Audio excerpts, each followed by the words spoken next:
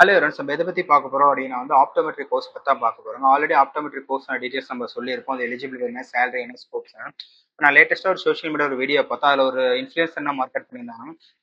B opto முடிச்சுட்டு அதுக்கப்புறம் doctor of optometry பண்ணலான்னு சொல்லியிருந்தாங்க.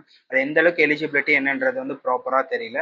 ஸோ நீங்கள் இன்ஃப்ளூயன்ஸரை பார்த்து ஏமாறாதுங்க. ஏன்னா நம்ம ஒரு கோர்ஸ் பண்ணுறோம்னா பிஜி, யூஜி, பிஹெச்டி, ஸோ இந்த ஃபார்மேட்டில் பண்ணுறது தான் உங்களுக்கு பெஸ்ட்டாக இருக்கும். அப்படி இல்லைன்னா நம்மளுக்கோட மெடிக்கல் கவுன்சில் என்ன நார்ம்ஸ் கொடுத்துருக்காங்க, இல்லை அண்டர் இன்சூரன்ஸ் கண்ட்ரில் என்ன நார்ம்ஸ் இருக்கோ அதை பிரகாரம் நம்ம பண்ணுறதை மட்டும் நம்ம நாளைக்கு ஃபியூச்சரில் நம்மளுக்கு ஸ்கோப்பாக இருக்கும். இன்னும் நாளைக்கு ஃபியூச்சரில் நம்ம கவர்மெண்ட் ஜாப் போகிறதா இருந்தாலும் ஒரு ஹையர் ஸ்டடீஸ்க்கு யூஸாக இருக்கும். ஏன்னா அதில் பார்த்தீங்கன்னா நீங்கள் ஒரு அவங்க சொன்னதே பிஎஸ்சி ஆப்டோமெட்ரியில் பேச்சுலர் ஆஃப் பி ஆப்டோம் தான் வரும். அதை முடிச்சுட்டு டாக்டர் ஆஃப் ஆப்டோமெட்ரி 2 இயர்ஸ் பண்ணால் நீங்கள் டாக்டர் ஆகிக்கலாம், டாக்டர் போட்டுக்கலாம் அப்படின்னு சொன்னாங்க.